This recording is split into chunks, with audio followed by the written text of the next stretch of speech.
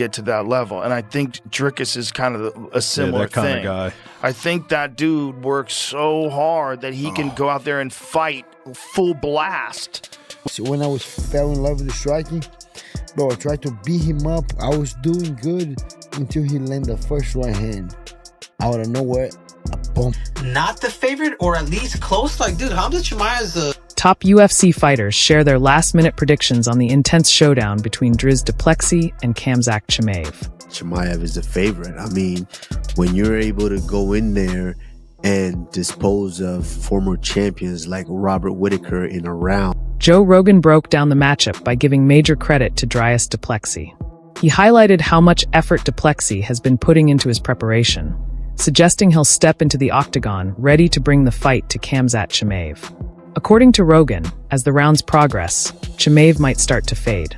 He emphasized that Du Plessis' non-stop pressure and raw strength could be the deciding factors in wearing down his opponent. That dude works so hard that he can go out there and fight full blast, which is what's weird to when you watch him fight. Like, sometimes it doesn't look as clean. Yeah, he looks like he's mouth breathing, but he just keeps the same pace. A lot of that was the earlier fights before he got his nose fixed. So he got his nose fixed, all right, so he could breathe out of his nose. Well, makes sense. Changed everything, and then went on a tear after that. That's when he crushed Whittaker. Like, the Whittaker one was shocking. Like, because we all know how durable Whittaker is. The Yoel Romero fights, like, that guy's durable as fuck. To watch him just flatten him like that, you're like, whoa, hang on. He's funny. He says, I don't have a great poker face. He goes, people say I look tired because I am tired. Right. And when you get tired, you breathe out of your mouth. Gilbert Burns reflected on his own time training alongside Khamzat Chimaev and expressed full confidence in him. Burns predicted that Chimaev's sharp striking skills would allow him to take control of the fight. He argued that in both the stand-up exchanges and the grappling battles, Dricus Du Plessis could find himself at a serious disadvantage. Burns went on to say that the level of intensity and focus he's witnessed from Chimaev in training makes him believe Dupi could be completely outmatched once they step into the cage. Many times that he gave me that sense on the striking, and that's when I fell in love with the striking. Bro, I tried to beat him up. I was doing good until he landed the first right hand. Out of nowhere, a bump. Oh my God. And then you start grappling. They take this guy down and start grappling. And then he kind of gives the neck, he gives the back, but he gives a false sense of, oh, I'm going to finish at this. Henry Cejudo gave his take on the matchup, saying it's no shock that most people see Khamzat Chimaev as the favorite. And in his eyes, that assessment is spot on. He pointed to their recent face-off, noting how much bigger and more powerful Chimaev appeared compared to Dricus Du Plessis. For Cejudo, that size and strength advantage could be the key factor that leads Khamzat to victory. Dude, Khamzat Chimaev is man, you can almost say he is, I don't say a big favorite, but he's favored to win this fight, which surprises me. I mean, did you see them both come up together? Khamzat just reached out to, I don't know if you saw this, bro, but let's play the clip right here. I mean, look at the size of Khamzat, bro. But I will say this, come on, this is where people got to realize it's all about the angle. Right here, if you notice, like the back angle, and this is how, if anybody knows, it's probably you, Kumaro. The way how Hollywood, the way they use the cameras, like you can be an inch shorter because there's, I believe DDP is 6'1" and Khamzat is 6'2". I mean, you as a fighter getting ready to fight, I know you. Kamaru Usman also leaned toward Khamzat Chimaev as his pick to win, backing it up with confidence. He highlighted Chimaev's past performances, particularly his ability to dominate and finish opponents, as evidence of why he's the clear favorite. Usman further pointed out that despite Chimaev's limited activity over the last year, he has still grown into a dangerous and imposing middleweight, which in his view strongly supports the case for another big win. Khamzat Chimaev is the favorite. I mean, when you're able to go in there and dispose of former champions like Robert Whittaker in a round, and pretty much a lot of guys the same way, I don't think, yes, the fans are, not the fans, but the odds makers are seeing that, and they're going, you know what, we think this guy's the favorite. And not to mention, Khamzat's not fighting 3-4 times a year anymore. For I want to say the latter part of the last 2-3 years, he's fought maybe once a year.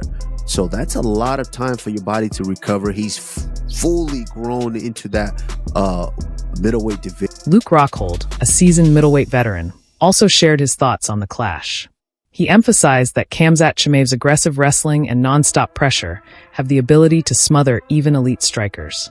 At the same time, Rockhold acknowledged that Dricus Du Plessis is no stranger to wild, unpredictable battles. In fact, Du Plessis seems to thrive in that kind of chaos, using his awkward but effective striking style to throw opponents off. For Rockhold, the key question isn't whether Chimaev can score takedowns. It's whether he can hold Du Plessis down once he gets him there. I mean, I don't go watch it. I don't go watch it every training session, but he's, you know what he's gonna do.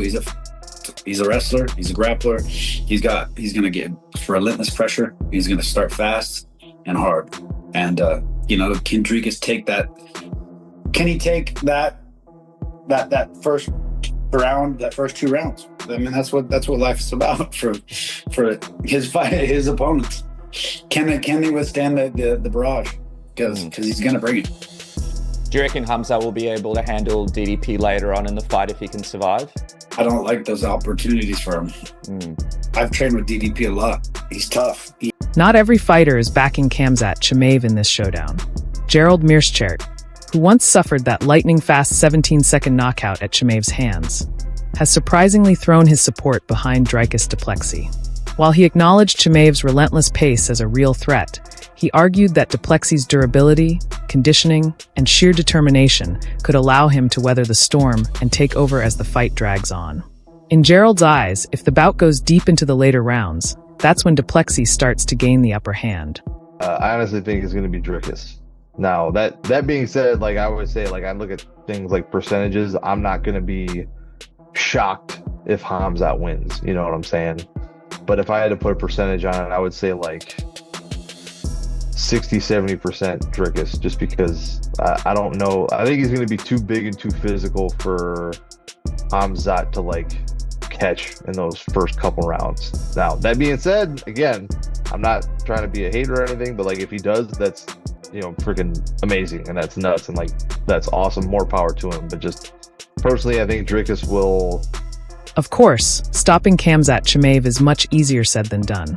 His striking has been evolving rapidly, and respected UFC coach Tim Welch has praised his crisp jab, his ability to mix punches with takedown attempts, and the way he forces opponents to second-guess every move. The ever-present threat of a takedown only makes Chimaev's stand-up even more dangerous, since rivals are never quite sure what's coming next. That's the puzzle Dricus Du Plessis must figure out. If he defends the takedown too much, he risks eating clean shots, but if he focuses on the striking, he could end up on the canvas. The best of the best. The dude's huge. I don't think he's ever really made 170. He walks around 210, and he's dialed in for this fight. He's dialed in. It's his first fight. I tell you one thing, 5 rounds. 25 minutes, changes the game, completely changes the game. Comes out 0 to 100 every single fight I've watched him. 0 to 100. Guys that are vets like Usman, Gilbert Burns, these guys that can grapple hard, they give him some problems. But also, those fights were 3 rounds. He's taken on Dricus 5 rounds. Now, Dricus has been 5 rounds. He's used to going to those deep waters. He's went the distance twice with Sean Strickland, and he went to the 4th round with Izzy Adesanya. Former middleweight champ Chris Weidman didn't mince words when giving his prediction. In his view, if Dricus Du Plessis wants any chance of victory, he can't rely on the scorecards. He has to finish Khamzat Chimaev. Weidman stressed that Chimaev's explosive and aggressive starts are far too dangerous to allow him to dictate the pace.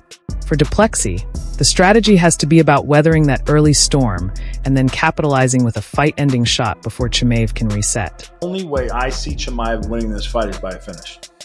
I don't see him finishing him anything past 3 rounds.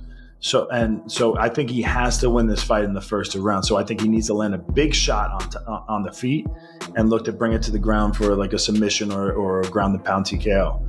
I don't see him winning in a 5-round fight, because Du Plessis, if you had to pick somebody not to be tired against, it would be like standing with Du Plessis in the 4th and 5th round while you're tired. Some believe this fight could end in a matter of minutes, while others think the champion is walking into the toughest test of his career.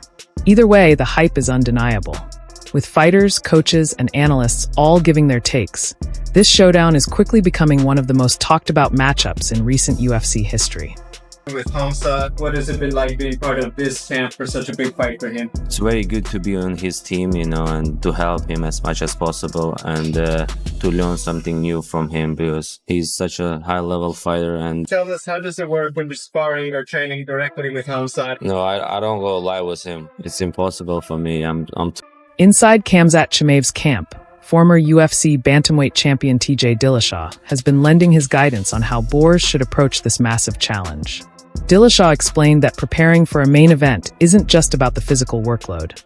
It's just as much about mental toughness, staying sharp, and keeping composure when the pressure and bright lights are at their highest. Do some training alongside Chimaev today. He's getting ready for a big title fight. I haven't been able to do much working out because of my shoulder, but was able to get in there today, feel loose, do some kickboxing drills, and felt real good to get back on the mat. I haven't done it in a while.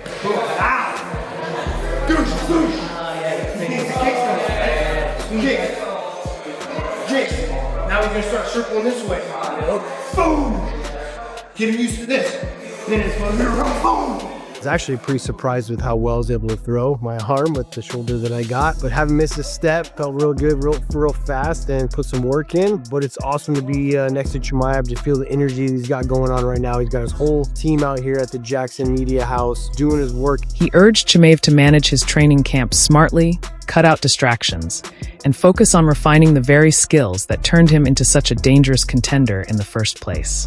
Drawing from his own experience in high-pressure title fights, Dillashaw emphasized that at this stage, success depends just as much on mental resilience as it does on physical preparation. I have the better striker in my opinion, technically. He's by far the better grappler and has more strength and better jiu-jitsu. Like, DDP is nonstop pressure, he's awkward, and that awkwardness gets it done. I'd say the reason why Chimaev won't win is because of his cardio. I said that before, right? And then I met him and I introduced him. So this guy's Sam Calavita that I'm talking about. He owns Training Lab. He's the one that gave me my bro science PhD and everything I'm talking about now, and I did it in his garage. So I learned everything you could possibly learn about peak performance and how to get your body there. Well, I introduced Armin to Sam Calavita. Adding to the excitement, analyst Luke Thomas shared his perspective on how the fight might play out once the cage door shuts. He highlighted Khamzat Chimaev's knockout power and crisp, effective jab, tools he expects boars to fully utilize. On the flip side, Dricus Du Plessis brings the grit of his kickboxing background along with the versatile skill set that's carried him to a championship. While Thomas gave credit to Du Plessis' abilities, he also sounded a note of caution. Chimaev's raw power is no joke, and it remains to be seen how Du Plessis will cope with that kind of non-stop pressure. Wants has a good jab. He can stick behind it, and one of the interesting parts about Khamzat, and this is why he's such a dynamic talent, he's got power too. You go back to the Gerald Meerschaert fight, like he's not just a ground and pound threat like a Khabib. On the feet, he'll hurt you bad. He's got real power. So to me, that makes it kind of interesting. It's just I don't really know what that's going to be like against DDP, who is probably going to try and keep it more at kickboxing range, is going to be throwing a wider variety of weapons, you would imagine, right? Spinning stuff, kicks, teeps,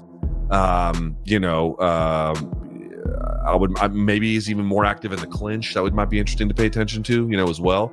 So you're going to get greater variety at greater ranges, I think, from DDP. On the other hand, Dricus Du Plessis has his fair share of believers, and some of them are major names. Former middleweight champion Israel Adesanya, despite his personal rivalry with Du Plessis, made a surprising prediction in DDP's favor. Adesanya pointed out that Du Plessis has a tendency to shock people and a remarkable ability to make adjustments in the middle of a fight. While they may not be close on a personal level, Adesanya admitted he respects the grit, adaptability, and determination that the South African consistently brings into the cage. Late finish. Khamzat would, I think Khamzat will, if he wins, it's the first 2 rounds. Or the first round. Well, Dricus is just chaotic. Chaotic good, chaotic evil. That's literally what this fight might be. Chaotic good versus chaotic evil. That belief is echoed by Chael Sonnen, who has followed Du Plessis' rise closely. Sonnen explained that the champion seems to perform his best when people count him out, often turning the tables when the odds are stacked against him. In Sonnen's view, this matchup will be no exception, and Chimaev could be walking straight into a storm unlike anything he's ever experienced. Every day, but all of a sudden this guy named Dricus steps forward. He's this huge prop. I haven't seen anything out of Bo Nickel that makes me believe he isn't good enough to be champion. I haven't seen anything about Izzy that doesn't make me think that he can still disrupt a bracket. Then you've got Imanov and you've got this Kyle Barao. And it was fellow 85-pounders, I can't remember which ones, but they interviewed fellow 185-pounders and asked them about Chimaev and Dricus. And 3 for 3 found a way to get off of that topic and get it on to Barao, according to middleweights.